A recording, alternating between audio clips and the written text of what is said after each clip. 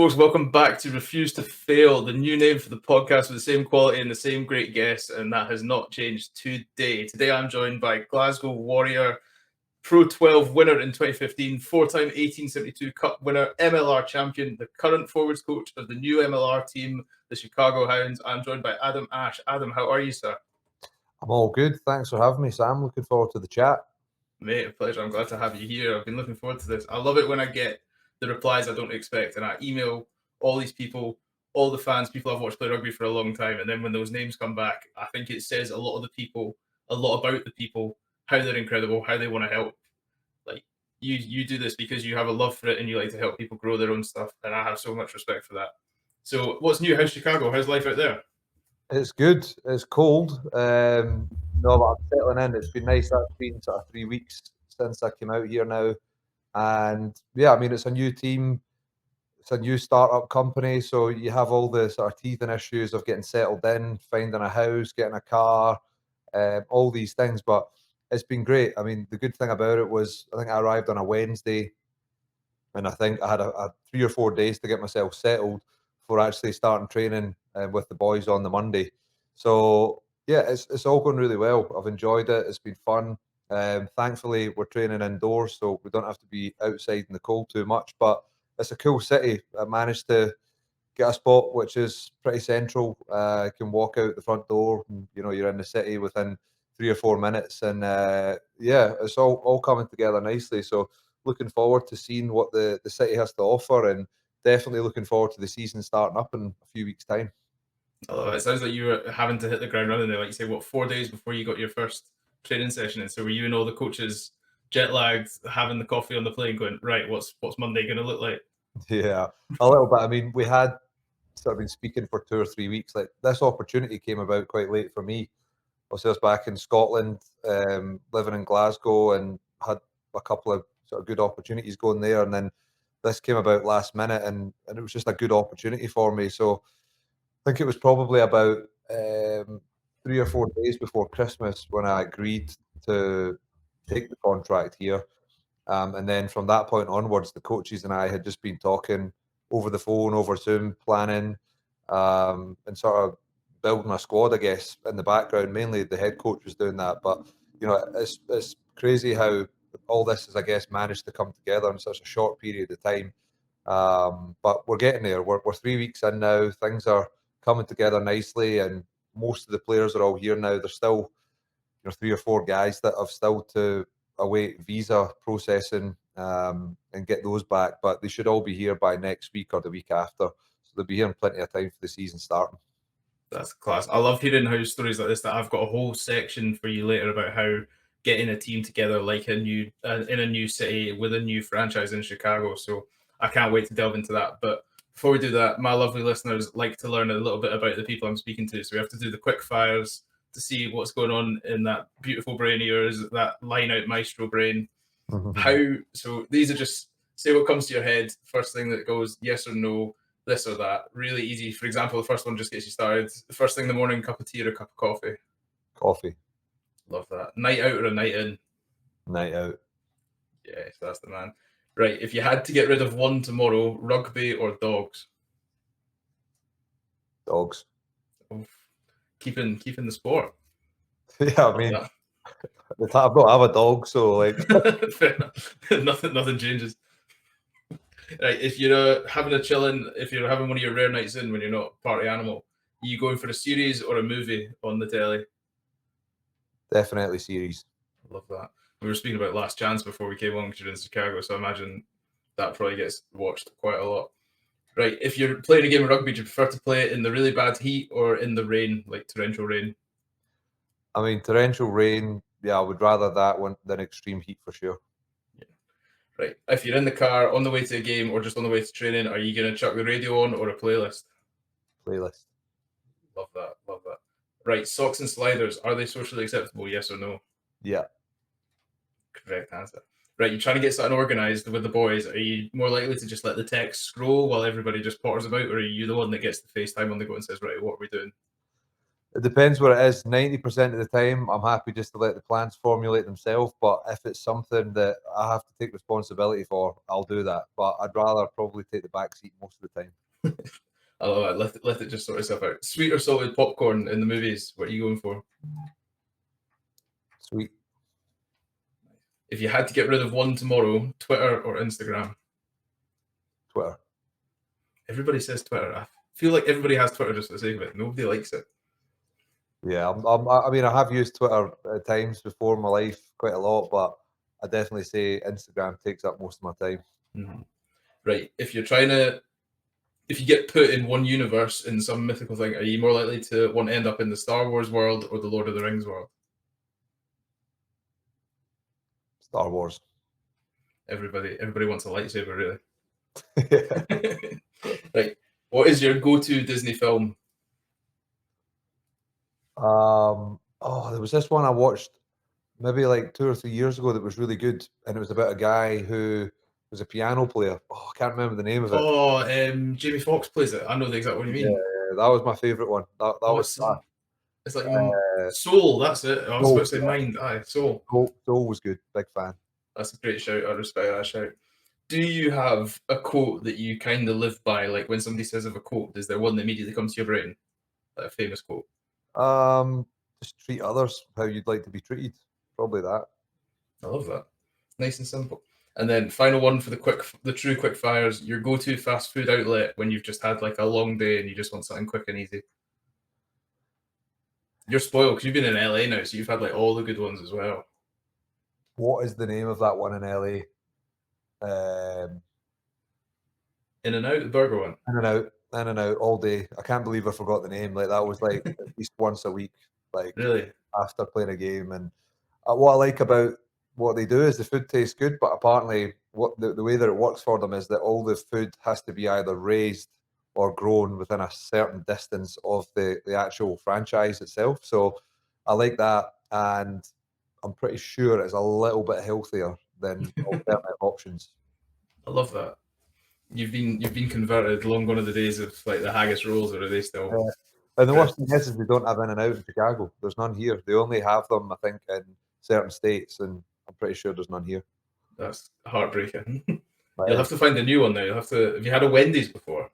I've had a Wendy's, yeah. Yeah, I enjoy Wendy's. They're pretty big old burgers. Like they do those massive drinks as well. Chicago's famous for the deep dish pizza. I've been here 3 weeks and I've still not tried one yet. So maybe tonight. I forget. I'm looking at the thing and it's like, God, it's like 10:30. You're brave going for a pizza. Obviously, it's still what, like half 4 there. Were you just now? Something like that. 4:30. The night is young. This is just the warm up. Then you're out in the town. Right. So this is one of the answers I gave you a little bit of time to prepare for. But what's your favorite piece of memorabilia you've currently collected in your travels? This is an interesting question for me because memorabilia is something that I don't really care about. Really? I'm not big with memorabilia, but what I would say is that I wear this every day. Right. And I got this after winning the MLR with the Giltinis, the LA team.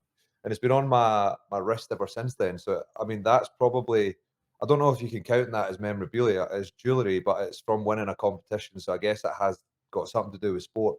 And I also got a chain. We got a chain for winning the competition that year.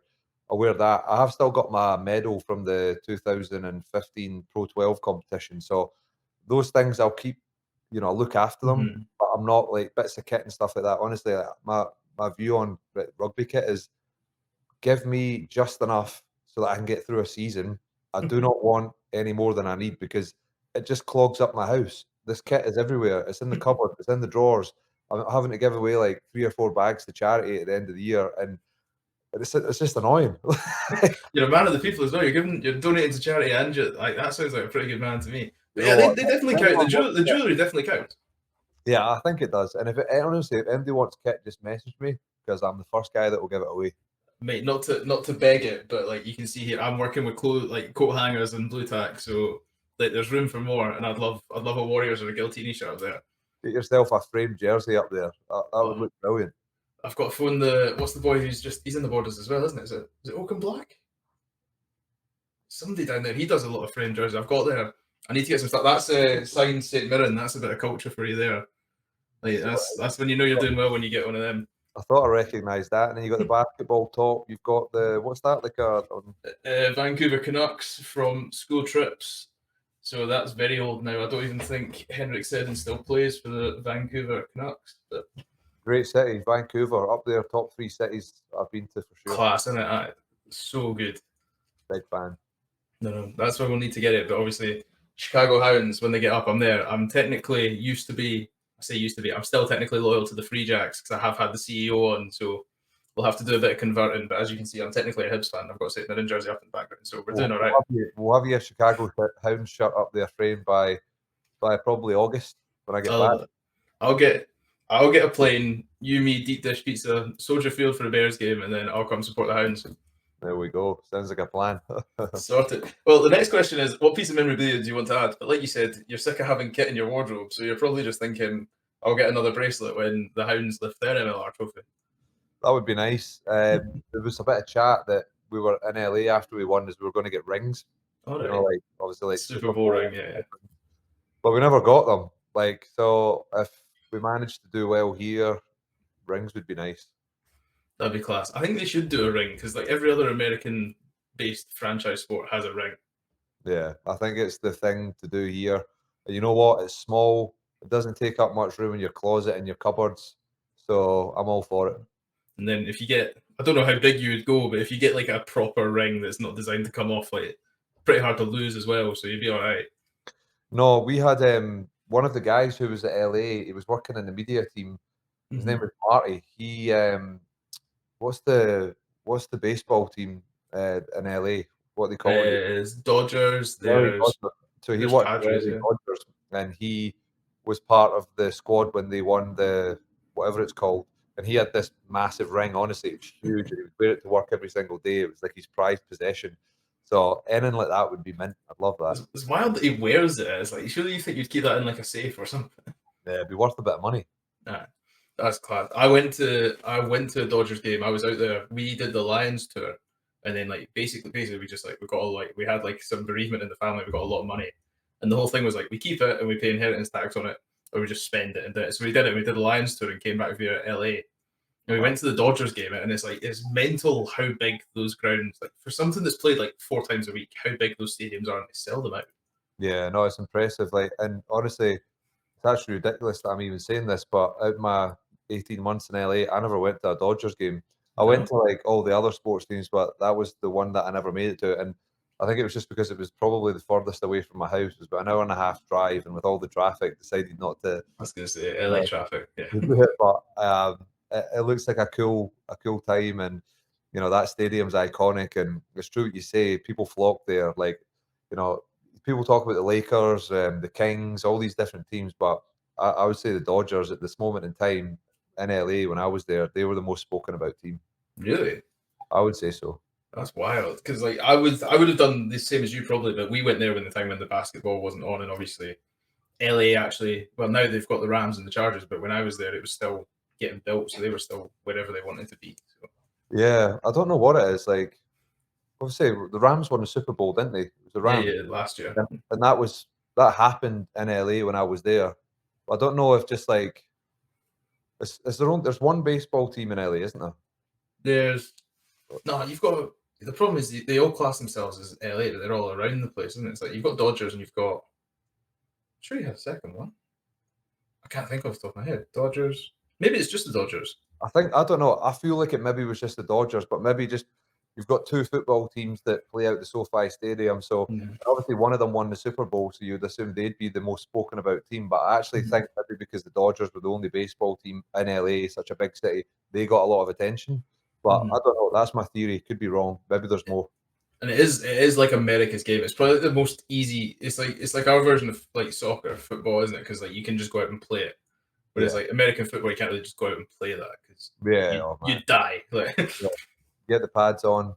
Yeah, you don't see people just rocking up to the park and having a game of American football. I wouldn't trust anybody. I'd be like, you absolute psychopath. What are you like? What do you do for a pastime? Yeah, I know. It's like that.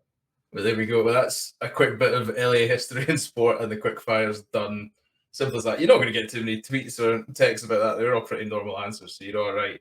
So obviously, Adam, we've just had a quick tour of the quick fires there, and like I said, you didn't answer anything weirdly. You wouldn't get any weird tweets about that, so you're all good. But we have to talk. We have to go back to the start while you're getting ready for this beautiful Glasgow glistening career that takes place. You're coming through Alva Academy, ALVA, I believe is how it was on the west side of Scotland, is it? Whereabouts was that? It's like it's just outside Stirling, so in between So Glasgow no, in the middle. 3-4 miles outside Stirling, just a little kind of village, pretty small, but yeah, that's where I grew up and went to school. Oh, happy days. How was that? So were you playing rugby from quite young there, or were you like, did it come to you late, or? Yeah, I started playing rugby when I was like 5.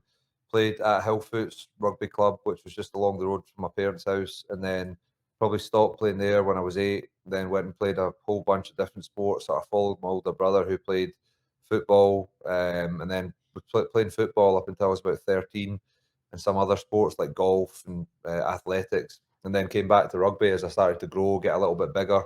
Played for the high school team, went to Hillfoot's to play there again. Then after a year or so, went to Stirling County, which was the big rugby team kind of close by. And then just from there on, obviously ditched everything else and just focused on rugby. And then, so how was that when you obviously got to Stirling, you were getting, like, you're doing a proper bit of training now, you get a bit of rugby underneath your belt. When did you start getting the attention from like the regional sides and that? Was that at under 16 level, or did you kind of like what people now consider a late bloomer? Because there's normally like quite a big funnel pathway into rugby. You normally know when you're getting in from quite a young age, but when did you first start getting like access to these regional camps and things like that?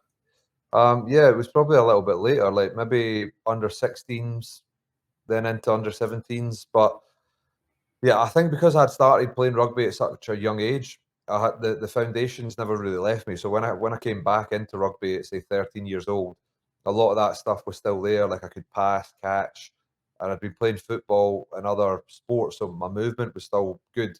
It was really just like learning about the game and the intricacies of it. So it was probably about under 16s, maybe after 6 months of being at Stirling County, when I had sort of proved that I could be okay at that level against some of the best athletes or best kids around at that time, I started to get a bit more interest from the regional stuff. So played for Caledonia. At that point, like, was split into 4 regions. So you'd play against Edinburgh, Borders, and Glasgow.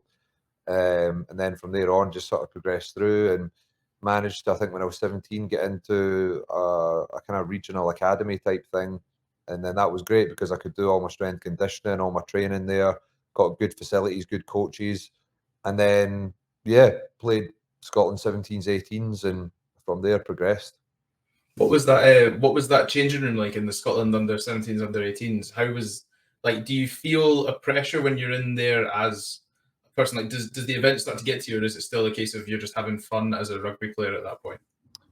A little bit of both. Like I loved just being part of a team. Like I loved, honestly, when I think back to like my time as maybe a 17-year-old away, or maybe even 16-year-old away for the first time on like a 2-week trip with all my teammates, like playing for Scotland 17s, like it was class. Like you come back and you come back from the trip or whatever it is, and you end up feeling like a bit deflated for a few days because the energy that you get just being around people for 2 weeks and all these different people, like the fun that you have, the friends that you make, the all the communication that you have over that 2-week period, it's brilliant. It's so good.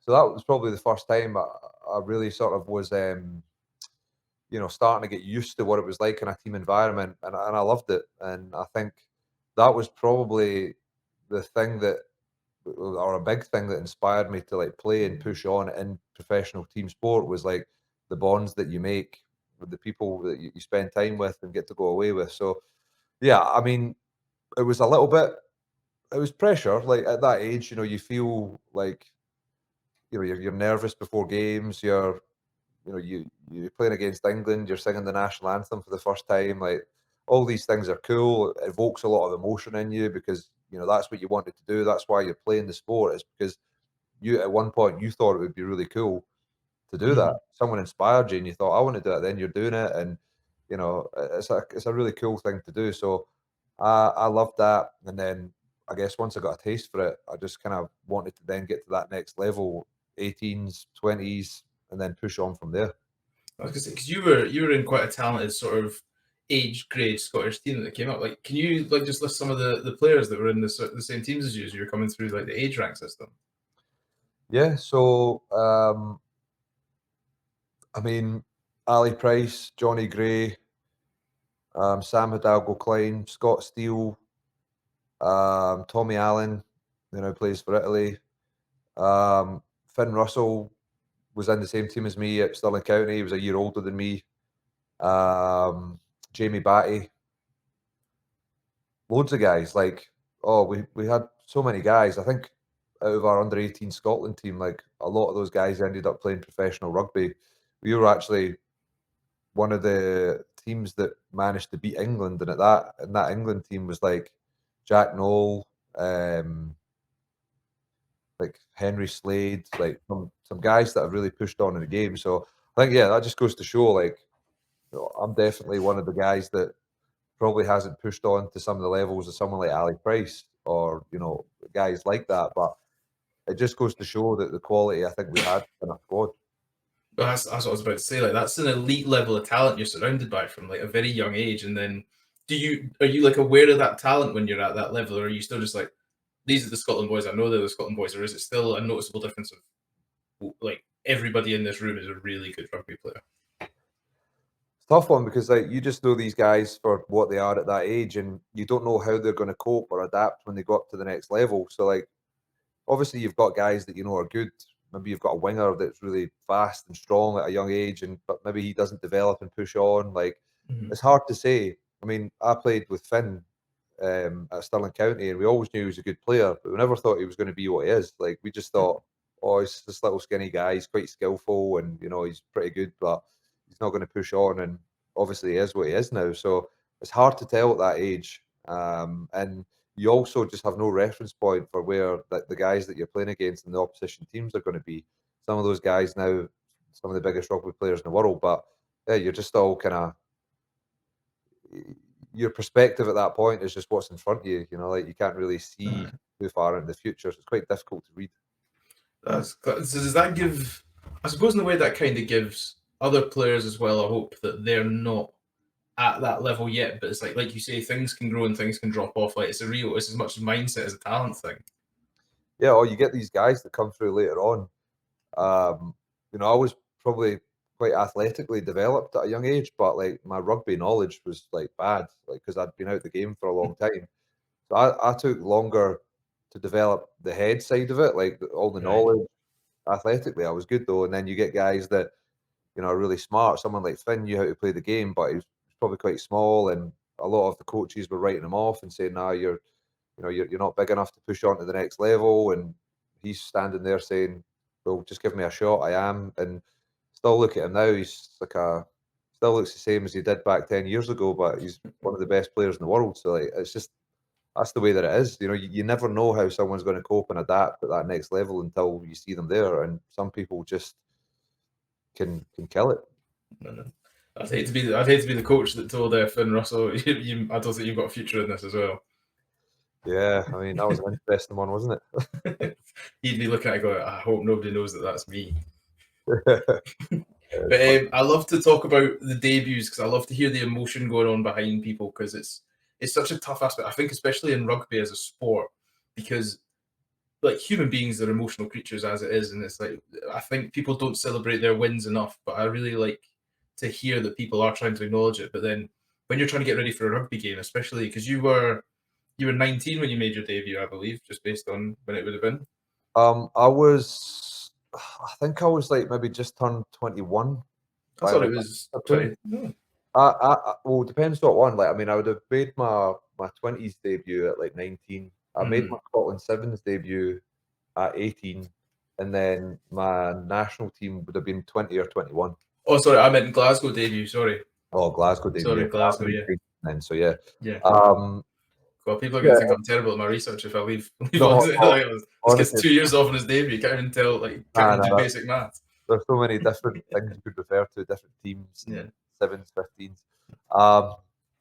Glasgow was good. Like, I mean, I finished high school, got an academy contract at Glasgow, So I got immersed right into the professional rugby environment and learnt what it was like. I remember being 18 and sent off to the Marine camp up in, I think it was Arbroath or something like that, with the Warriors, and going through that whole experience, 3 days of hell, not getting any sleep, getting ran into the ground, like just absolute torture for 3 days. And I think, like I managed to come through it, like, and I think that probably shocked as a young guy. It probably shocked a lot of people, and I think that was maybe one of the catalysts for like me being able to get through that, and then got an opportunity sort of 2 or 3 months after that. So yeah, I remember that, and that was an amazing experience. You're around guys that you've looked up to your whole life, and you see how they go about things. So yeah, it was cool to play for Glasgow, and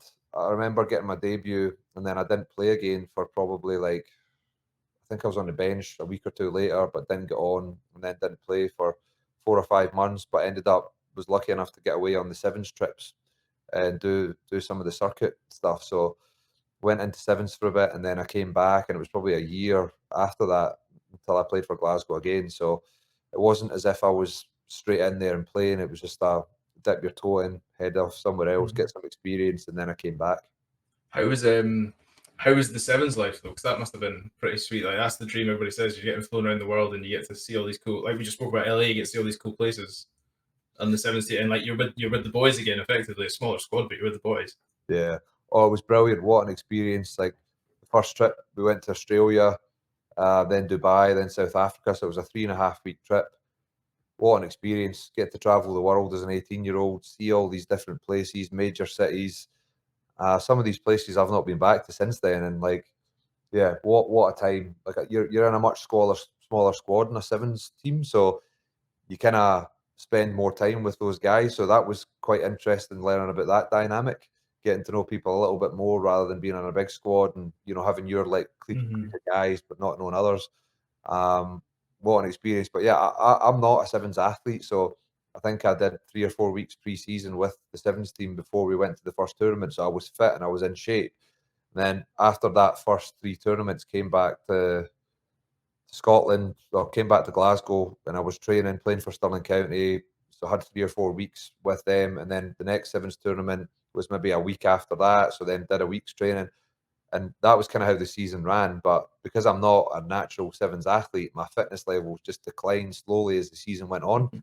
And by the time we got to the end of the season, like, I'm out on the sevens field, but I'm blowing heavily because I'm coming back and playing 15s, and I'm just not conditioned for the game. And that was probably just the way the program was back then, like the sports science around how to condition players, the professionalism of the program at that point just wasn't there. But yeah, it probably taught me that if I wanted to play sevens, then I really had to be staying away from 15s. Like it was one or the other. For me, if I was playing sevens, I'd be playing at about 98 kilos, and if I was playing 15s, I'd be playing at 108, and I couldn't do either or. That's a lot of extra timber to carry on joints as well. Yeah, no, it was. So that was the big learning out of that. But it was great to just get that experience, and I guess like play in front of crowds and travel about and learn a little bit about different cultures in the world. So a great learning opportunity. I always want to know what tour life's like with the sevens team, because like you said, you're actually, because like, well, I'm from the borders in Scotland where sevens is basically how we spend our summers, and like it's a party every weekend. So how is it to keep that elite brain mentality of like we're the best at this in a way because we're the ones going on the main sevens tour, but you're having all this party atmosphere around you? Like, do you guys get to enjoy that atmosphere as the team, or is it we're working here? Yeah, normally at the end of a tournament, so you have a 3 week tournament or a 2 week. The first week you would normally try and keep it under wraps, like guys get sleeping after a long weekend of rugby, and then the following weekend you would go out. But I was just like, I was there to put my head down and just follow the guidance for the most part of the coaches and the older senior players. So I wasn't looking to break any rules and cause any issues at party on a Tuesday night. I mean, it would probably be harder towards the end of your career once your eyes are a little bit more open to, what it's like when you're on tour, or, as you get a little bit older. But yeah, I think it's such an intense sport, and it's a roller coaster been involved in a sevens competition or competitions over 2 or 3 weeks. So genuinely, like, you probably just can't really afford to be out like 3-4 times throughout that period. It would be too difficult, and I could see how it would definitely affect your performance. Yeah, That's me saying that now as a nearly 30-year-old. If you asked me that when I was 21, I'd have given you a different answer. yes, I'd be in every bar I could be. Yeah, exactly. That'd be you've got stronger willpower than me, because if somebody sent me to the Hong Kong Sevens, like the last thing I'd be worried about is how many tries I'm going to score. How many times are you going to think? It would look like the most budget tenants rugby you've ever seen, because I'd literally probably somehow manage to fall over a try line and then just go straight to the person holding the beer on the side of the pitch. Yeah, I'm sure it's been done. I think somebody did that at Melrose Sevens actually, and they had to cut the cameras because it was like BBC Two Telly at like 3:30 in the afternoon. And you watched, I think it was one of the Dundee boys, you watched him walk right over to his mate, and the camera saw him reach for a pint and just cut. Like, it just went straight back to the studio. That's class. That's so good. Like, so how did that feel then? Because I imagine that's quite a difficult situation as a pro and as a kid. If you make your debut at 19 for Glasgow, but then, like you say, you're then back out the team effectively. Like you said, you're on the bench, but you're still not getting put on. How does that play with the emotions? Because obviously you have that high of making your debut, and you think, this is it. Like the hard work begins now. I'm in the team. I've got to keep it. But then when you don't get back in the team, how does that affect somebody's emotions as a person? Yeah, I mean, again, like, I would say at that point, you're not desperate to play, because the way you look at it is, I've got all this time ahead of me. You know, like, I've got another 10 years doing this. That I don't need to be like beating myself up that much if I'm not playing.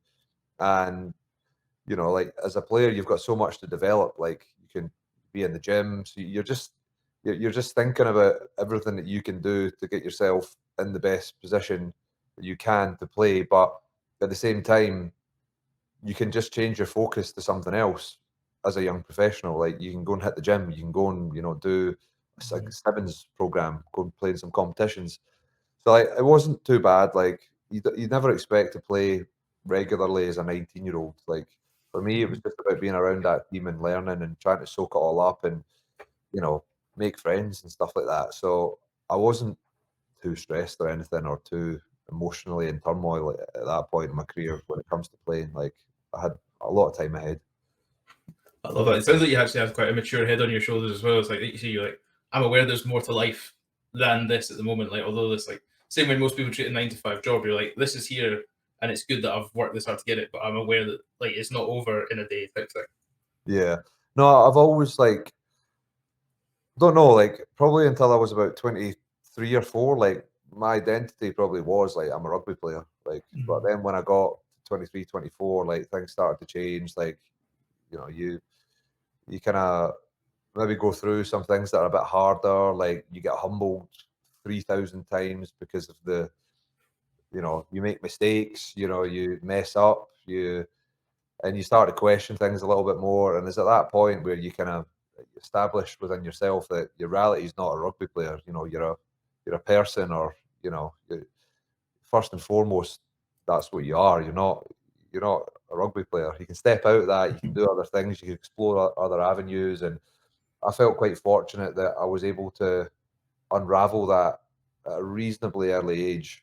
And I think that's now also helped with the transition out of playing, because, like, a lot of people don't, I think, go through that stage until a little bit later. Like, I can only speak from my experience, but I know it can be a challenging time when people finish up. But for me, I think it was a little bit easier, because I had went through that at a younger age, that transition of waking up from the fact that, you know, if I don't have rugby, I'll be all right. Like, I'll find a way of making it work. And I think obviously having good people around you, a good family, and people that are giving good advice are important to that. But yeah, I mean, that was definitely a big part of my career, was seeing that. I love that. I especially love what you said there. You're like, I'm gonna be all right here, and I think it's a really important message that other people take. I like to think that, like, friends of yours and people from the sport community come in, and I think hearing people like yourself go through it, 'cause obviously we'll touch on the injury a bit later that ultimately led to you sort of shifting away from the field in a playing stance. But yeah, I love it when I hear people like that who realize they are who they are as the person, and they don't let their sport define them. So we'll go into 2014. You touched on it nicely. You touched on the difference of making your debut for Scotland at 21, which is still quite a young age. How did that feel when you first got into the camp and then you had the week build up? How was Adam Ashe the person as that was going on? Oh, I was pumped, absolutely buzzing. Like, I mean, got the call up. I was actually in New Zealand on a scholarship playing in Christchurch, and then got a phone call saying, "Can you come out to South Africa and meet the Scotland team? We're on the last leg of the tour. I think they've been in Canada and America and Argentina." So I went out, and I just thought, oh, maybe I'll get like 10 minutes off the bench, or probably won't be involved. And I was starting the game against Springboks, and yeah, I was nervous the whole week. Like, I was shitting myself, to say the least. Like, it was pretty nerve wracking, and you have all sorts of emotions going through your head, and it was just a cool experience. Like, I think I was just so excited and nervous and a whole host of emotions. But that day I would have jumped in front of a bus. I was that pumped up, full of emotion, and just like so proud, and like, everything that you'd been working towards had culminated that day. Like, all the effort, all the hard work, it was all for that time where you could stand up and play for your country. And that was that opportunity for me came in South Africa, playing in front of a full house at Nelson Mandela Bay Stadium against the Springboks. Now, we had probably a third or fourth string team out because all the non-Scottish club players couldn't play because the match was outside the international window. They'd also had a whole host of injuries, so that's why I had gotten an opportunity. And I think we ended up getting beat by about 40 odd, maybe even 50 points that day, because the Springboks were like fully charged, best squad they had, and they were just unreal that day. But I loved the game. I enjoyed it. It was a level of rugby that I'd never played before, and I came off the field feeling satisfied with how I'd done, which was like just really nice. Like, after all the fucking emotional stress that you go through in the build up to the game. How is how are the boys in that situation? Because you get called, like you say, you're not even with the squad. You're in New Zealand, so you're on.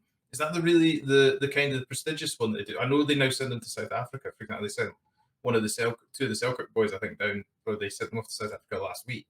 Is that the same one? But that was in New Zealand. Yeah, it was called the McPhail Scholarship. So Mhm. it was running for years. It was great. You go to the Crusaders or Canterbury Academy, and you train there. You get to jump in on sessions with the Crusaders. You play club rugby around Christchurch. We've got an amazing club competition there. And it was amazing. A lot of those guys that I played with out there still keep in touch with. Actually, about 6 weeks ago, went to Amsterdam to meet my mate that I played with out there when we were 20 years old. So it's brilliant. That's class. I love that. In touch with these guys, just friends for life. I love it. I think that's one of the best. I know it's like the old cliche of the rugby thing, but that's one of the best things about rugby is the people you do keep in touch with. Yeah. Because like there's so many cases of that around the world. I know I had former guest on this podcast actually, James O'Neill. He now plays for the Toronto Arrows. Oh yeah, I know James. Yeah. He's oh, of course you went. He was drafted for LA, but then got traded back up to Toronto. But yeah, he came to LA for maybe a week. We went on a couple of nights out, and he ended loose up. cannon, eh? He went to Toronto, so we never seen each other again. But I played against him, had a chat to him after the game last season. He's did he show you his front teeth trick? The fact that he's not got any. Yeah, he never had any teeth in when he came on the night out. He would just take his teeth out, and he was comfortable with it. Oh, he was on an excursion. He was at Melrose for the first half of the season here.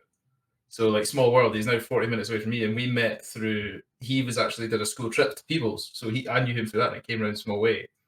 Like, oh, he's like one of the loosest cannons ever. But that's like another great example. Like you stay in touch with the weirdest people you never think you'll see again, and then like you say, like you just go to Amsterdam and just catch up. I know. But how's everybody in Canterbury? Because that must have been quite an emotion. So you're just turning 21. You've been sent to the other side of the world on a scholarship to play rugby like that. You're living the dream. How did New Zealand affect you? Like, because that's a really laid back country. Like everybody there is like sound. I don't think I met a person I disliked in New Zealand. Yeah, no, it was brilliant. Like, it was amazing for me. Like, I had obviously played sevens and travelled around the world, but I'd never been away from my family for that long. That was like 3.5 months. So I was a little bit anxious, nervous about that, but it was brilliant. I stayed with a really nice family there. Had some really good players around who I was training with regularly. Richie Moanga,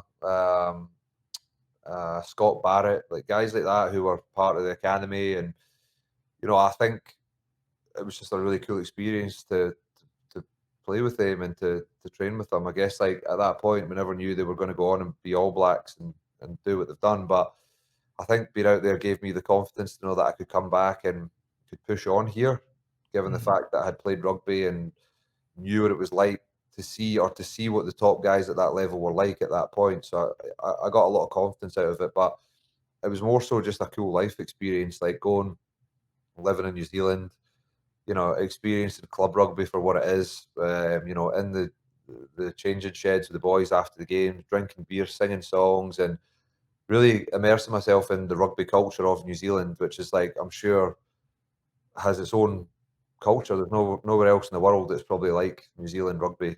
Everybody loves it. It's just crazy. So that was an amazing life experience. I've not been back to New Zealand since then, meaning to get back. So I'm hoping that I'm going to get back soon. That'll be class, and I'm sure it'll be like you never left as well. Like you'll walk into a changing room and all the boys will be like, where have you been? As if you've just not been coming to the pitch on a Wednesday or a Saturday. Yeah, I know. I still get the emails from Canterbury Uni Rugby Club, and I'll need to go back for a reunion one day. That'll be class. You'll enjoy it. I pretty much guarantee you'll enjoy it. Back to the debut on the Scotland team, because that's a life-changing moment in itself. How was the week for that when you joined up with the team late? Were the boys quite good at sort of getting around you and like trying to get you integrated into the group as quickly as possible? Yeah, they were great. I knew a few of the lads that were there. Got to know more of them. Like they were all good. Like I just like I couldn't. I was just a young lad, but we were there and we arrived, and I maybe got there on the Saturday. Boys arrived on the Sunday. Building towards the game that week. Maybe Monday, Tuesday, I sort of had an inclination that I might have been starting. So I'm like already like getting like worked up and like got to get this done, like nervous and start fucking you're feeling all over the place. And then we're out for dinner on Tuesday night. And next thing the boys are charging on the pints in Port Elizabeth. And I'm like, what's going on here? Like we've got a big game on Saturday. I went home to bed. Just couldn't quite believe what was happening, but it's tour and it'd been a long tour. It was the fourth week of that, so yeah, it was eye opening, all of it. But the guys were brilliant. They helped me sort of get up to speed. Like I had no idea of any of the calls. It was actually kind of thinking back now, miraculous that I'd managed to go out and play that day, given the fact that we had probably 3 or 4 training sessions to prepare for it. But yeah, you just get your head down and you try and do your best, I guess. And then how was the actual aim, like the time on the pitch? How was like the speed and the change and the difference? Like you said, you're playing against like a World Cup South African side. You said yourself like the boys from the Scotland teams were already away home, but South Africa were all guns blazing because they were on home turf. How was that? Like how was the speed? How was the power? Yeah, no, I've never played a game like against guys that big and strong and physical, and like the speed of the game was just mental. The way that I approached it was like, just get your hands on the ball as many times as you can, and just get through as much work as you can. And if you do that, you can walk off and feel happy and feel satisfied. And I managed to kind of go out and do that and try and impact the game and get myself involved. So there was times where I definitely probably got ragdolled on a tackle by a couple of big South African lads, but it was a good learning experience, and a day that you'll never forget, I guess. Like first time standing up singing the anthem, although it's not in your country, you're in front of a full house, and what an experience! Really cool. That's class. It sounds it's an emotion I could only ever dream of getting to experience. But like you say, even if it's not in your own country, like they're still putting on that, like you're still putting on that thistle. You're still looking at the jersey, and you're like, this is not a replica. This is not a store bought thing. This is I'm given this. I've earned. Yeah. Oh no, it makes it when you're playing away and you've got that many people in a stadium, and there's not that many Scottish people. It feels even more, I think, potentially intense because you're it's a war. You're going out and you're going to go and play a game of rugby. It's a battle, and you're playing for your country, but there's only 50 of you there. It's like it's like that in some way. You're in a stadium full of people that don't want you to win, but you're playing for your country for your first time. Like it's a cool thing to have done. And obviously playing at Murrayfield is like an unbelievable experience as well. I don't know, you get guys that play 60, 80 caps. I only played, I think, 7, but all those opportunities I got to stand and sing the national anthem at Murrayfield, it never wore off. It was always really cool. Maybe for some guys when they get to 50 caps, it does. I don't know. You'd have to ask them. But for me, it was an amazing experience doing it at home anyway. How does the second verse at Murrayfield feel? Because I get goosebumps when I'm stood in the cheap seats at the back. How does it feel when all the noise is directed at you on the pitch? Like, is it proper spine tingling? Yeah, it's loud and it's class as well when the lights are off and people just have their cameras on or their phones and stuff. That's really cool. Yeah, no, it's loud. You can't really hear the people next to you sing. You just hear the noise coming from the crowd. It's pretty loud, and yeah, it's a special moment for sure. Do you sing the anthem not?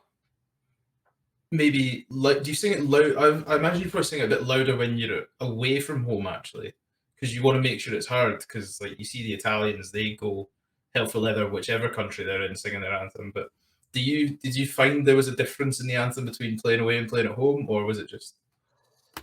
You probably hear yourself singing it more away because there's less people, but when you're at home, the sound of your voice is just getting drowned out by everyone else singing. So that's probably the biggest difference. You always sing it loud. You always get into it. Some guys more than others. But yeah, it's epic. It's cool. Like it's definitely an experience that I had that I'll never forget. That's class.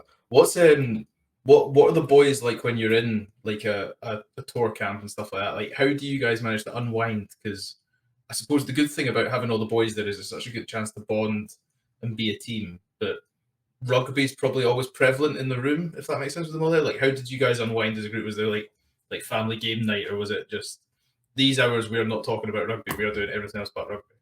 Yeah, I mean, honestly, it's pretty easy to unwind when you're around like 30, 40 boys. Like, it just happens. Like, for me, like, if I'm stressed out or if I'm like wound up about something, probably the number one thing that will help me is just getting around people and just be normal, just chatting and, having a laugh, joking about. That sort of stuff is a natural unwinder for me. Or just go to your room and just chill out, watch some TV or something like that. I never ever struggled with that, and maybe there are guys that do struggle. Maybe they prefer going out, having a walk in nature, and I do that as well. But whilst being in camp, there was never a moment where I was like, I can't switch off. Because there was always people around me. There was always distractions there. You get enticed into a conversation, you have a chat, you go and get to know somebody, you go out for dinner, you go and grab a coffee. Like all these things just happen, and you find that you're not too in your head. That sounds class. Was there ever like competition? Like I know there's a few teams that have done like they have like FIFA brackets, and there's like every boy's got his own team. They draw names at the hats, and then like throughout the course of like the Six Nations, they're trying to whittle down this tournament. And by the end of it, half the boys are raging because half of them have gone home because they're not in the thing anymore. Somebody's had to take their spot. Yeah. Oh, probably. Like I think that's definitely something that happens now, or like over the last 3 or 4 years. It's probably been 2000 and since I've been in camp, probably 2018 for Scotland. So like there wasn't really too much happening back then, but I hear of it happening now.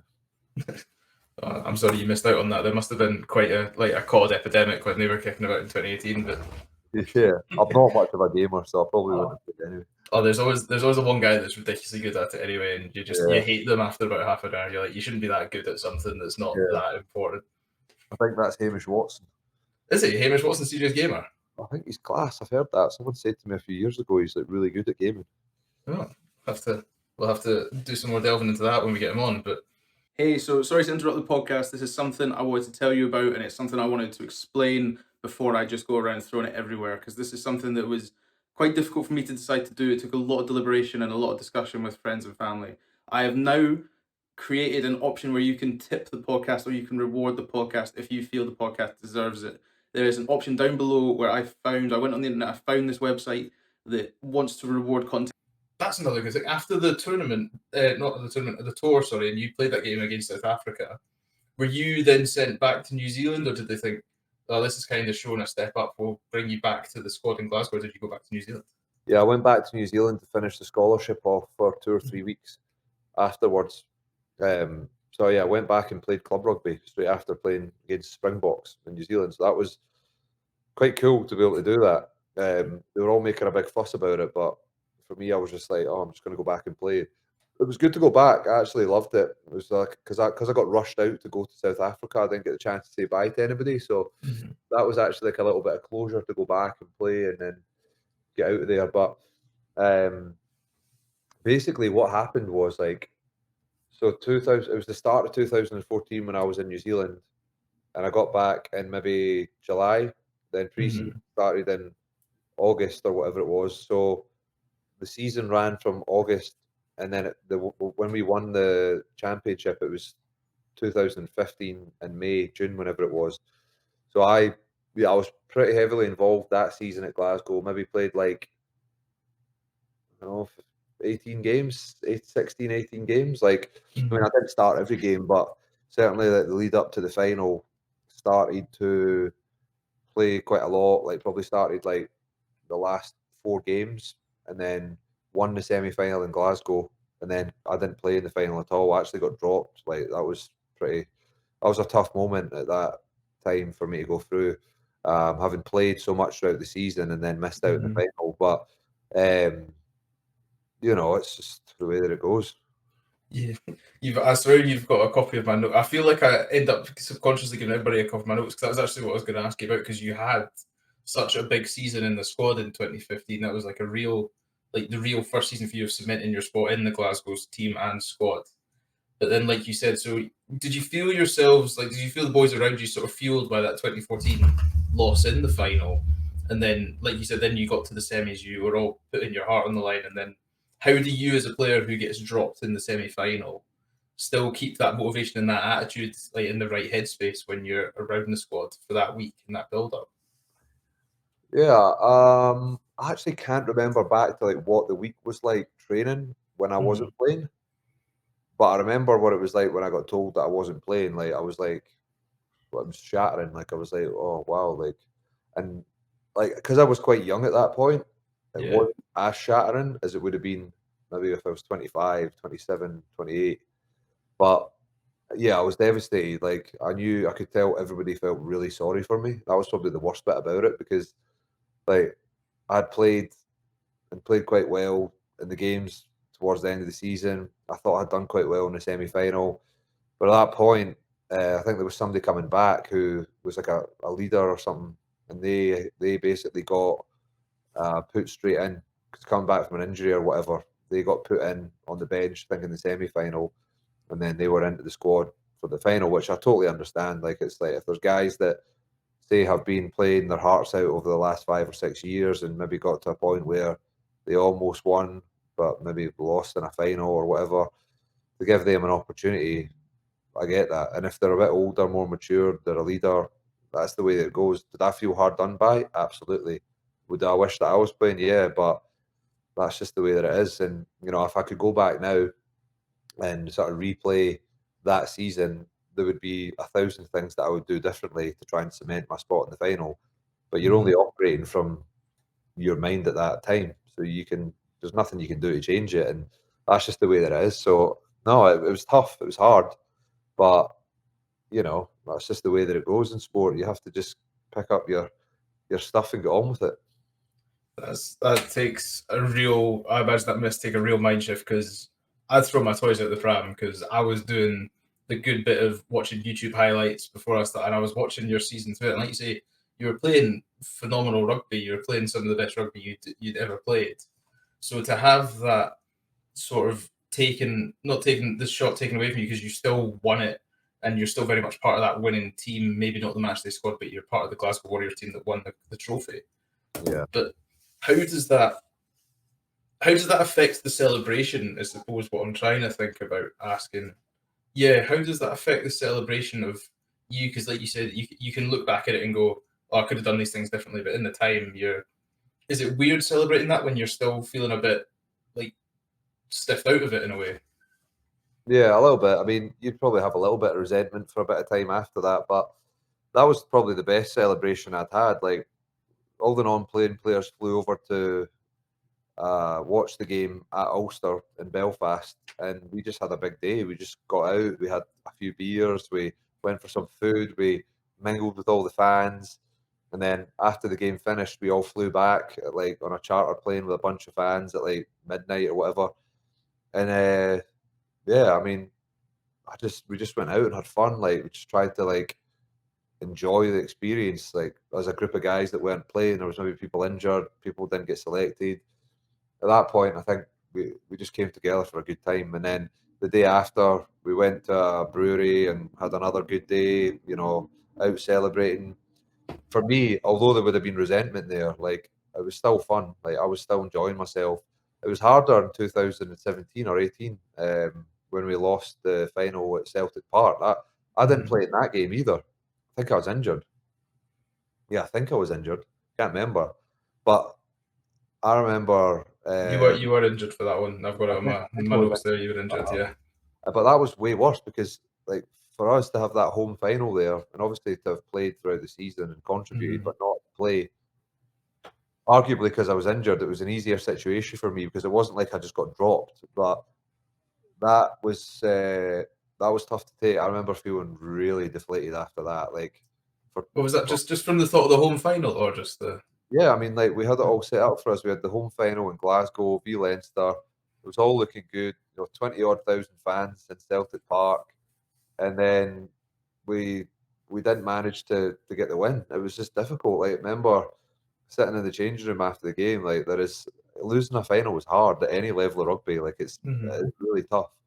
But I found that probably even more challenging. Now, maybe that's because I was a bit more emotionally developed at that point, and I could really have an awareness of what went into the organisation to get to the point to get yourself to the final. But that was brutal. Like, it was hard, but we did the same. We went out and celebrated, and was hungover for a few days. After a week or so, you get up and get on with it. That was one of my thoughts there when you mentioned the day in the brewery after the win in the 2015. I was like, that must have been a tough day to set yourself up for after a midnight fight playing home. It wasn't that hard. Can't get hungover if you don't stop. That's the mentality. It wasn't too bad. Yeah, you wake up hungover in the morning, but as soon as you get out and you get some food in you get a few beers in, and you get around everybody who's just on top of the world after winning a championship. It's brilliant. There's always that one boy that knows that like dirty like workers' cafe as well, where it's like everything's just cooked on one Skiddle board. It's like a health and safety nightmare, but the food tastes class. Yeah, just what you need when you're hungover. Oh, if you're ever back in Edinburgh, there's a place just off Princess Street. It's called Snacks, SNAX, and it's like, it's good when the queue outside it in the morning is all just high vis. Like, that's when you know you're going to a good place. That's just all high vis in the middle of Princess Street. So, bloody check it out. Sounds good. Oh, like typical. Here's your breakfast triple roll, like £3, and it's like comes out and it's like a foot high. Like, we're talking about those burgers from Wendy's, like massive, and it's like, none of it's good for you, but you're still gonna have one like every second day. Yeah, it'll square you up. There you go. That's the trick of the trade on how you get into the elite Scottish mentality. You just keep going, something dirty and greasy, and carry on and go again. Yeah, exactly. You spoke nicely about 2019 there, and then that final, and then obviously you then had to start to shift, and then we decided we were going to go to the MLR. How did the MLR opportunity come back? Because obviously the MLR is really new at this point. It's only, what was it, 1 or 2 seasons? 2 seasons in when you joined? Probably like 2 or 3 seasons in at that point, obviously post-COVID as well. So a new coach came to Glasgow. I still had a year and a bit of my contract. The coach said, do you want to stay or go? Because I'm happy if you want to go somewhere else. I'm bringing in a new number 8 on a back rower, so you're probably going to be further down the pecking order now. So I obviously could have just stayed and been at Glasgow. The way I was thinking was that at that point, I was probably 27, and I thought to myself, I'm not going to make it past 30 playing this game. Like, my body was starting to feel it. The question was probably starting to arise in my mind, like, how much longer can I keep doing this for? And I thought this might be a good opportunity to actually just head overseas and play, and maybe play a little bit lower level and see how that goes. And I had an agent at the time who was an Australian, so he knew the coach at LA, who was from Sydney, and just reached out to him and said, would you be interested in me? He was interested, and then I think there was DTH Random Merva, he'd been talking to them, so there was a bit of a link there. He put in a good word for me. Then Glenn Bryce as well, he actually ended up coming out to LA. So there was a few of us from Glasgow that went out there, but yeah, it was really just through a couple of different contacts and the idea of what the LA MLR team was trying to do seemed really cool. Like, it seemed like a great idea, so I was sold on it. That's really interesting as well. You say that because you spoke about when the new coach comes in, because I've heard a lot of other players say when a new coach comes in, for people that aren't necessarily in the starting 15, it's like an opportunity to sort of really get your name back out there in the eyes of the coaches. Yeah. So to have a new coach come in and say, "Oh, this is actually the opposite for you. Like, there's now less chance to play because I'm bringing in players I've seen and I want." But then, like you said as well, it's like you realised that rugby was more than just the profession you had. You realised it was a door opener in a way. It's like there's a good chance to see the world here. So, and then I always find it really interesting how rugby agents work. I feel football agents really glamorize it and make it look like this incredible. Everybody's eating at 5-star restaurants every night, discussing how we get 300 grand a week checks. But then, obviously, there must have been quite an Australian influence over there because you're in that. You've now gone over to this MLR team, and there's quite a thing at this. How was the atmosphere when you first got to LA? It was that must have been culturally different from Glasgow, no end. Yeah, heavily influenced by Aussies. Like, you know, had some world-class Australian players there, Americans, some Irish, some South African. So we had a mix of all sorts of different cultures. But like, yeah, I think the whole idea behind the team was that like, it was a newly formed team playing in a competition within America that, you know, everybody knows what the American dream is. Like, everything's just bigger here. Yeah. You know, the opportunity, the chance to grow the game, the way the club was going to be ran in terms of like financially, like there was not in terms of the player contracts that they were all what they were within the MLR, but like, you know, you were getting food every day. You were getting the opportunity to go out for a 5-star meal after a game, you know, like after the partner, they do all these different things. So there was a lot of things that I think were risks about going there. The fact that it was a new team, the fact that like you never know how that's going to work out. Is it going to be sustainable? Is it going to last long? Like, a lot of risks, but for somebody like me, it was quite well suited because at that point I had sort of, as you say, stepped back a little bit from me as the rugby player, and I was thinking more along the lines of what's going to be good for me as a person. Going and living in LA for a couple of years with my wife, having a cool experience and meeting cool people, you know, that for me was really, really interesting. Trying to do something special with a startup rugby team where there was no story previous to us getting there. We had to write the story, we had to build it from the ground up and create it. That's something to me that sounded really interesting and cool. Yeah, I could have went and played at another team, maybe in England. There was some chat about that, a little bit of chat about other overseas teams, but I mean, the opportunity to live in LA and be part of a new team with a really, I guess, an owner who was like a visionary. You know, he wanted to do things a certain way, do it in a different way. For me, that was really cool, and I was all for it. That's class. You say they had like a vision when they came in, and they really showed you like this is what we want the club to do. And obviously, like you came in, you didn't take part, you took over type thing. Like you came in, you won. Was that sold to you when like they were like pitching the club to you? Like, we're not coming in to just assemble 15 boys that have trying to get paid somewhere. We're assembling a team that's going to come in and really, like you say, grow the game and put this division on notice type thing. Yeah, pretty much. Like, as the team started to build and the players, we knew who was coming. It started to become clear. Everybody was thinking about it. This is a team that is here to win this championship. Now, that never actually probably got put into words until we actually got there to LA, and we had some fantastic leaders who had done amazing things in rugby who just weren't going to settle for any less than win the championship. So to have those experienced guys was massive for the group, and that was what was going to happen. Was we were going to win. Like, everybody was aligned with that, and we managed to do that, which was amazing. That sounds class, and it It must have been fun. So how was that season playing out for you when you were 6? Like at this point, you're getting sun, sea, like good lifestyle. Like you say, you're getting treated food. Like everything's getting done like the right way. That you're having just a good time, and you're like, this is what it should be. And like you say as well, it's like you're in America, you're in LA, the land of hope and dreams, the American dream.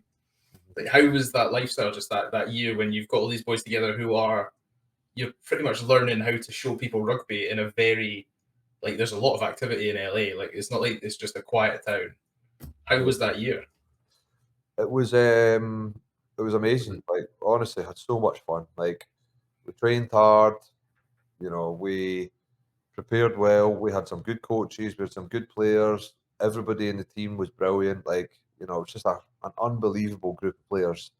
And we had a lot of fun. We went to the beach, we went out to the bars, we went to Venice Beach, we went to Santa Monica, we were out all the time. Like, and I don't mean all the time, like maybe on a Saturday after a game, or if we had a bye, we would be out. But it was just a completely different experience to what I'd been used to. Like living 100 meters from a beach, it's sunny every day. You never once train in the rain. You play at one of the best stadiums in the world, the Coliseum.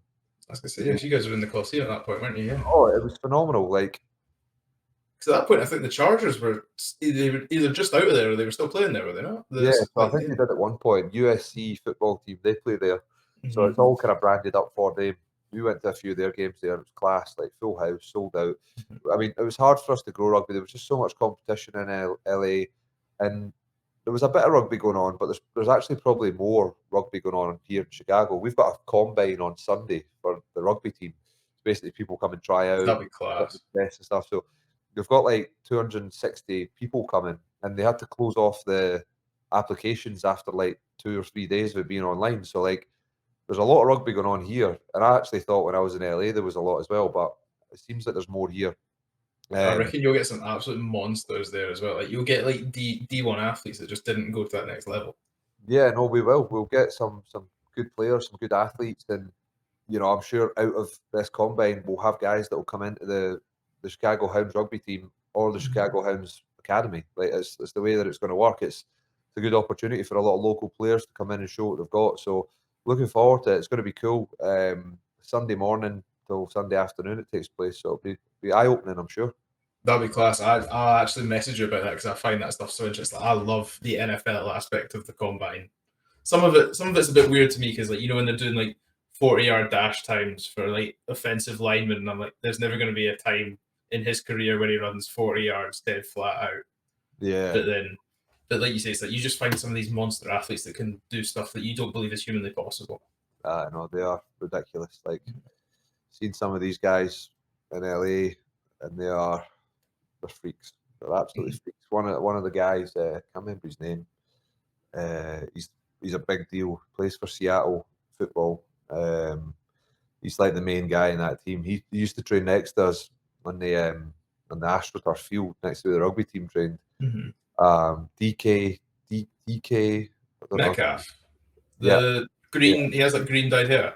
Yeah, him. So he was like running about, come and talk to the boys after training, jump in his Mercedes C63, rip it away. Like it was unbelievable. But yeah, they're amazing athletes. We'll get a lot of good athletes. Probably guys that have never played rugby before, but they're athletically tuned up, so they'll pick it up quickly.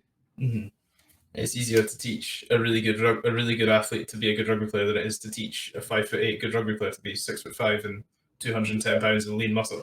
100%. Oh, I'm so jealous. I think that would be so cool. But talk to me about winning the MLR. Like, how was the team when you did that? Obviously, you had your DJ set, but like that was. Did you feel a bit of pressure with the DJ set more than the rugby, or? 100%. I was nervous, really nervous, man. So yeah, I mean, like, I injured was it the week before? I think it was the week before that. So the last regular game of the season. Tore your bicep, did you know? Tore my bicep tendon. So I was done, like, out for the season. And then, yeah, we had the final, got through the semi, beat Atlanta, had the final. Was it? Or did we play Atlanta in the final? I can't remember. No, we played Austin again in the semi, and then we played Atlanta in the final. And then, yeah, so I got a call 2 days before the game from the GM, and he said, "Look, do you want to DJ at the game, the halftime show?" we'll set it all up. We'll get you on, get the crowd going. And I said, yeah. And I was like, well, I've got Glenn Bryce here, who is a good other Scotsman in the team who can MC. He's a really good MC. So I said, me and Brycey will do the halftime show together. We'll get the crowd pumped up. They were like, cool, you've got 15 minutes at halftime to get it right. So they got all the stadium set up, massive speakers. Like we were on the big system, like right around the stadium. And then the day before, they told us that Fat Man Scoop was coming. Who, like, Nice. also MC. Who, like, one of my favorite songs, "Be Faithful" by Fat Man Scoop, is like it's one of my favorites. Like I'm pumped. I'm like, oh my god, I'm going to perform with Fat Man Scoop. So I'm like, what the fuck's going on here? So he rocks up. And I've got all this planned out. Glenn's got all this planned out. This is what we're going to do. And Fat Man Scoop arrives an hour before kickoff, and I'm trying to talk him through like this is what's going to happen, like, and this is your role. This is what I see happening. And he's like, no, hold on a second here. We've got to change it. We've got to do it like this. You've got to play these songs. You've got to come in at this point, Glenn, and then you've got to mix into this song. And I'm like, look, Fat Man, that's not going to work. Like I've planned this out over the last 2 days. And if we change it now, it's going to go tits up.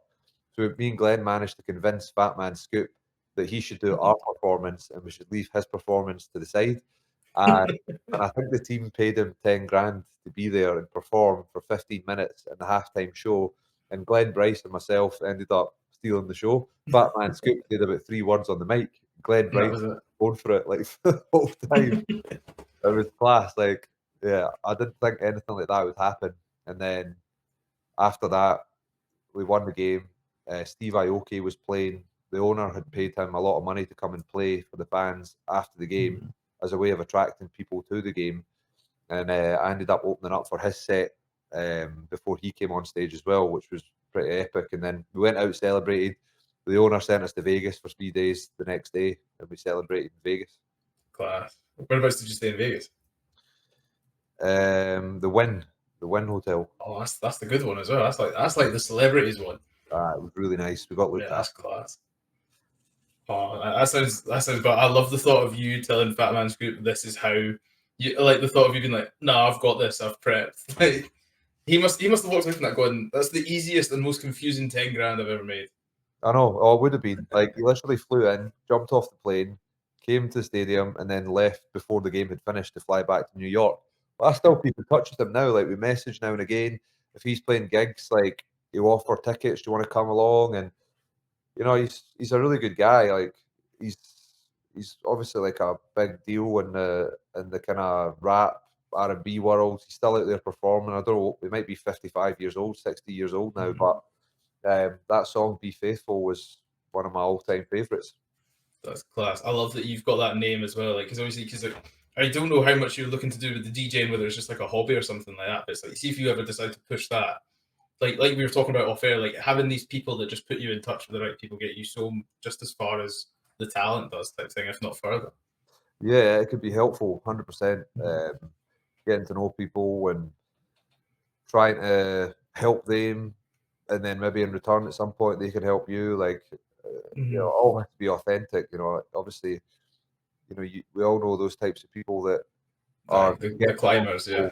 To get to know people. Like, it's like, I want you to give me this so that you can get me there. But that's never been the way I've approached it. It's always just try and speak to people and see if they resonate with you, and like, ask them, be genuine and learn about them. Maybe they've got something they can teach you, and they might be interested in stuff you're doing. And that's always been the way to go about it. I think, like, it can never be too. You get found out like that as well. It's like, I like to say I love being in the room where I'm the least, like, as in, like, everybody else around me knows more, because there's no way you come out of that room worse. Because like you said, you just talk to that person about life, and they'll have that one sentence that tips something that you've never thought of that way before and stuff like that. And it's like you say, just being genuine gets you so far with people as well. Yeah, no, it's amazing the doors that can be opened through just being kind, polite, and showing a bit of interest in people. I'm somebody who is who I've been really lucky with a lot of the people that I've got to meet, and I think a lot of cool opportunities have come off the back of that. So yeah, again, so come back to the start, treat people the way you want to be treated, and things seem to start happening in some way, I think. That's class, and I couldn't have put it better myself. I think it's a really good attitude to have towards life and the soft skills of life that I call them. Right now, we're going to talk about the new team. We've spoken a lot about what's happened. We're now going to talk about what's happening and what will happen. You said it yourself. The job kind of came around for Chicago as a bit of a surprise out of nowhere. It was a bit of a late call up. How did those conversations come about? Because you were, like you said, you'd come back to Glasgow. You'd sort of done the America thing, and you're like, right, I'm just going to start working away now. Yeah. So I was working at Glasgow in the commercial team at the Warriors, which was brilliant. Al Kellogg gave me a really good opportunity when I got back from LA to get back involved at the club, which was amazing. Absolutely loved my role, really enjoyed it. And it was a tough decision when this came about because, I really loved being part of Glasgow again. Obviously not as a player or a coach, but in the back room. I was also coaching at Stirling Wolves in the Super Six.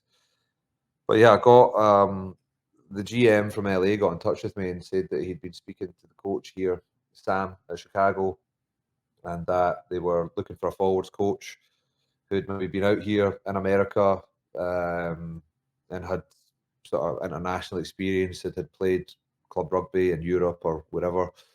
And my name was one of the ones that was kind of thrown into the hat. So yeah, I just got talking and we spoke more about the opportunity and what was happening with the club, who was behind the club, where the stadium was going to be and what it was going to look like. And yeah, it was tough to make the decision, but it all happened pretty quickly. And the guy that I dealt with on this end, James, who's the GM here, he was really good to deal with, and it all transpired quick, and I ended up committing to it. And within, I think, 2 weeks, I was out here after agreeing to come. So, really exciting opportunity. Like we've managed to assemble a great group of players here.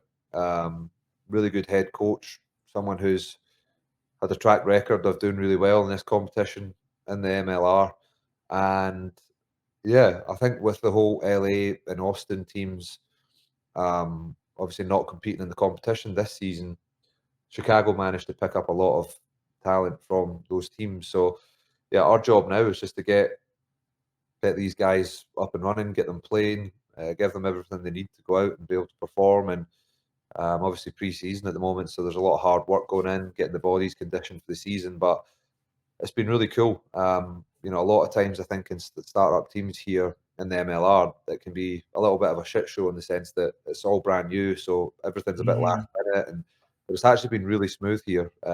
We've got the stadium set up. We train at the stadium. We've got an indoor training facility as well next to the stadium. We've got our own gym. Cars, apartments, all that type of things. All been sorted pretty quickly. So it's all been very well done. Class. That sounds really good. And then, like you said, was it a tough decision to go into the coaching? Because you're doing coaching at Stirling and the Super Six setup. Was there a bit of a fear or like a trepidation about coaching at that level of the MLR, which maybe be conceived as a more higher standard of coaching because you're coaching full-time players now? You're not coaching guys that are doing rugby as a hobby, as a bit of fun. Yeah, I mean, the first point about obviously getting into coaching, like I'd been coaching away in the background for years. Like every season that I played at Glasgow, I had a team that I coached and I'd be there 2 times a week. Mm-hmm. And then when I was in LA, I made sure that when I went out there, there was going to be some available coaching opportunities. So I coached at UCLA for a year and a half and I had a stint as the head coach at UCLA. So that was, at that point, I was a kind of 4 days a week I was working there. So it wasn't full time, but it wasn't far off full time. So I'd started to build a bit of experience around coaching full time and that. So, yeah, I mean, it's definitely a step up. I retired from playing professional rugby 6 months ago, or just over 8 months ago now. Like, and to get an opportunity to go and coach professionally that soon after you finish doesn't come about very often. And that was one of the reasons that I was really keen to take this role. I've got a reasonable amount of experience coaching, but not at this level. It's going to be a challenge. Like, I mean, I'm fortunate that I've got an experienced head coach. The guy who's the attack coach here, he was actually the head coach at UCLA when I went to coach there. So we've worked together a lot. And we've got a fantastic player group as well. Some really good experienced players who were probably like me in the last 2-3 years of my career, where I was a little bit more of a leader in the sense that, you have an idea of the things that you have to implement in winning teams, and you help the coaches do that. You help take responsibility for little areas of the game so that it takes a little bit of strain off the coach. And we've got that here. So it's going to be great. It's going to be a challenge I'm looking forward to. I know that I'm going to learn a lot this year. It's going to help develop me as a person, but I'm really looking forward to it, to be honest. It sounds like you are, and it sounds like you've got the right mindset as well. Interestingly, we've spoken about the draft or the combine you're sort of having at the weekend there. This won't be out by the time this is on, but the way I've spoken to you and the way you come across, as you always have done in every interview I've read, every video I've watched going up to this, and how we've spoken in the past hour and 20, you really seem to pride, like the cliche, the top 2 inches of people. Like, you pride their brain, their attitude, their emotional intelligence. So when you say you've built this group of great players here as well, do you almost look at the emotion of the person as much as you look at the talent of the player? A little bit. I feel that you need a balance. That you need to get those guys in your team that are just emotionally reactive. Like, I'm a big believer that in a team there's a place for every type of person. Like,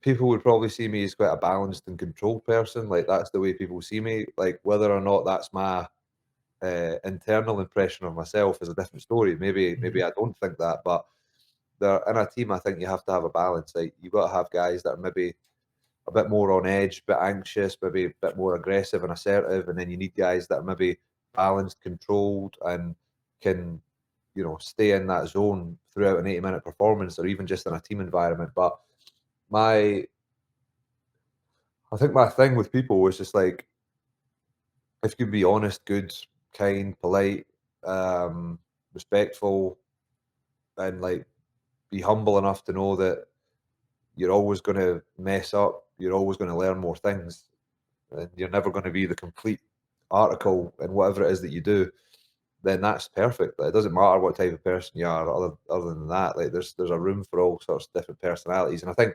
luckily rugby's a game where those people maybe get found out at a younger age and maybe gravitate towards other things and maybe don't so much like team sports. So it's really rare that at this level you get guys that don't quite fit in or are really difficult, or they normally filter out further down the chain. But I do think rugby is such a great game for developing someone's psyche. Like, you're getting the shit kicked out of you for 80 minutes. You might play rubbish, you might play great. You have to turn up on a Monday and go back to the drawing board and say, look, this is what we're going to do this week, and we're going out with the vision of winning. And you might do that or you might not, but you're just going back to the same process every single week. And I think that in itself humbles people, and ultimately you just have to try and figure out a way to be as good as you can. I love that, and I think you're going to have the greatest success in Chicago.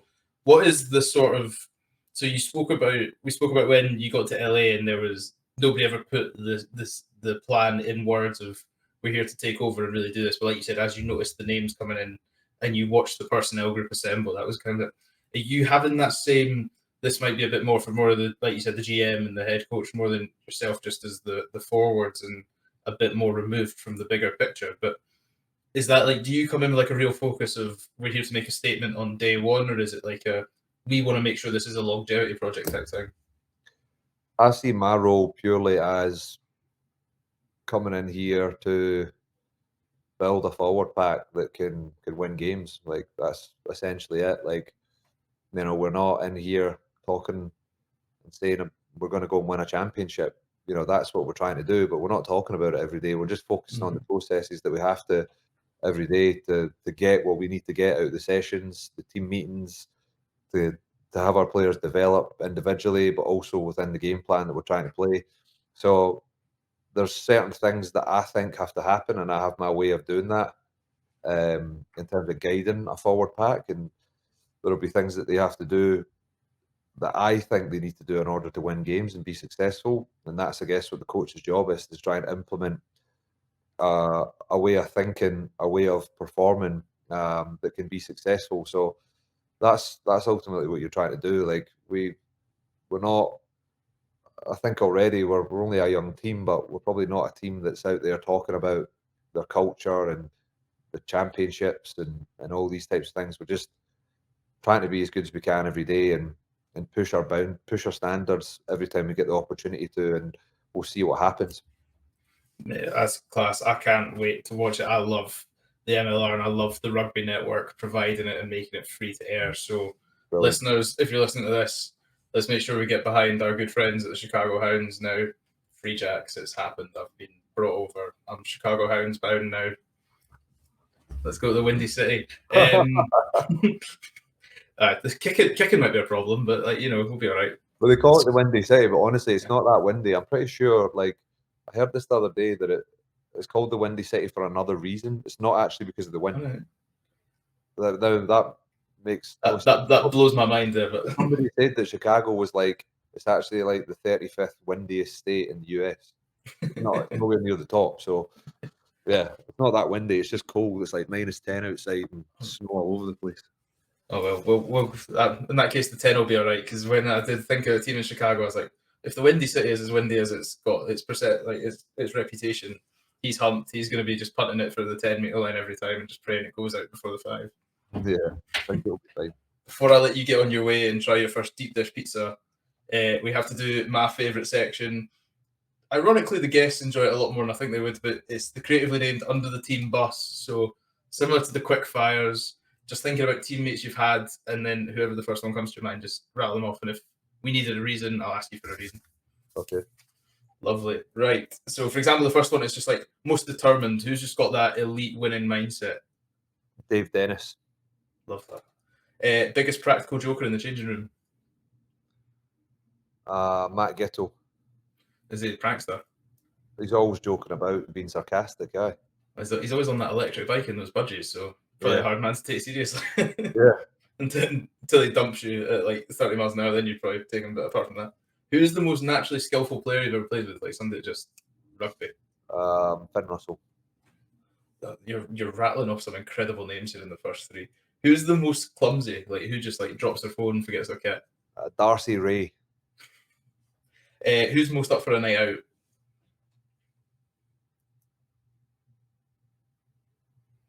I know so many people that I'm struggling to find one. Rory Hughes, probably. Who's got the best fashion sense? Like who's always just got a good clobber? Billy Meeks. Love that. Vice versa, who looks like they got dressed in the dark and they were running late for training? Tim Swinson. Swinno's not got a good start. Who's the most gullible? Like who just believes anything you tell him? We've got a lad in this team now called Mika Felix.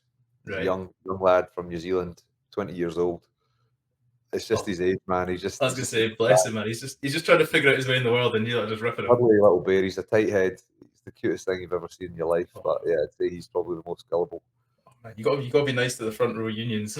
Some kids have been picked up and dumped on the other side of the world, and like just people just ripping him. Exactly. Bless him. Who's the best dancer? Like who's just like so in control in a nightclub? We had a guy in LA called Ryan James who was an exceptional dancer. He just had the moves. He used to say he was a real quiet guy, and he used to always be like, "Dancing's how I express myself." Just gets really into the feels when the music comes on. Like he feels it in the soul. And then vice versa. Who's the worst dancer? Who looks like they're not in control of their arms and legs, but they're on the rainbow dance floor? Tough one. Might have to go Darcy Ray again. Really? He's just a big bear. Complete sidetrack. Did you ever go to that Saddle Ranch place in LA when you were there? It's got like a big mechanical bull. It's just off Sunset. Oh, I've heard about it though. Oh, mate, party in there, like loose. I heard good things about it. I've never seen somebody do a 2-liter tequila sunrise for like $8, but that's the place they do it. Mate, if you're ever back there, I'd highly recommend it. Always the weirdest folk in there. I'm pretty sure like Odell Beckham was there when I was there, and we were only sat like 3 tables apart. But because it's LA, nobody bats an eyelid. Yeah, that's true. But like, Like Scottish 20-year-olds walking like it's definitely Odell Beckham, and like you stood at the urinal trying to like play it cool, and you like shake it, and you're like, oh my god. Oh, they're everywhere out there. Future coach, who's somebody that's just like you just live and breathe rugby, like just love rugby? Somebody that I'd be inspired by. No, like somebody who's a future coach, like they just love rugby. I would say like Fraser Brown. I think he'd be a good coach. Class, a good shout. Who's hard as nails? Like who's somebody like if a fight breaks out, you just want them stood behind you? Tom Gordon. I love that. Who came back with the worst lockdown haircut? Like who came back and it's clear like the missus had tried to help them with like the trimmer? I don't know, man. Maybe like there's a few boys like who've got horrific kind of mullets at the moment. Like they're not horrific, they're quite cool. You know, there's definitely a time and place for a good mullet. But yeah, there's a boy I played with in LA called Brooklyn Hardacre, and he had an Aussie boy. He had this long mullet, and every single one of his mates had the same thing, big mullet. And the lads, after they finished the season, they went and toured around the US, and they all had these mullets. There was like 6 of them. That's class. It's definitely a Super Rugby thing. It's like I feel like lockdown happened, and then just every Super Rugby player had a mullet. I don't know where it came from, but they say it's coming back in. The mullet's coming back in. I don't think it'll be for me. I'm just terrified if I shaved hair, like it wouldn't come back. That's the fear I'm getting now. Yeah, I'm same. I've only got a few cuts left. I'm on like a stamp card now with like a Greg's coffee card just for like the final 3. Who's the most natural athlete? Like who's just like an engine?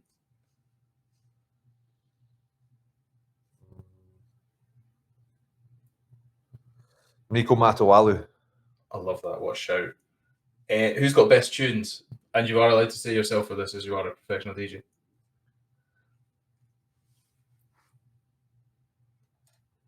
There's a boy in LA called Adam Channel who had good songs. Good LA boy, loved like house, tech house music. He always had good music. Love that. And final one, who hogs the mirror the most post game? Like who knows they've got like a wee interview coming up, so they're just like a little bit too long in front of the mirror, making sure every hair is in the right place. Ali Price. The face of Scottish rugby. Yeah. And there we are. That's under the team bus, done and dusted. You've not sold anybody down the river there. I think you'll be all right. The boys will be sound with it. Hope so. Right. Final thing before you get your new way, and that is you done and dusted in this car crash of a great podcast, which I love doing. Right. Final question. You've just won your first MLR with the Chicago Hounds. Everybody's looking at you going, we see the decks. What 3 songs are you putting on, in what order and why? Right. Okay. I think I'd go like first and foremost, I'd probably go Saturday Night by Wigfield. Love that. That'd probably be the first one. And then I'd probably take it down a notch where it would be like real like pumping kind of like house, minimal house. There's a guy called Clooney that I love. I'd play a bit of his stuff. Right, Clooney. I love that. And then I'd probably go ABBA third, some sort of ABBA song. Everybody, Voulez-Vous was Kira Bevan, Wales women's number 9. She went Voulez-Vous. Yeah, I'd go that. I'd definitely go that. I see, like every rugby player, like we're all the same person at heart. It's all like the same things. That's an anthem, man. That's class.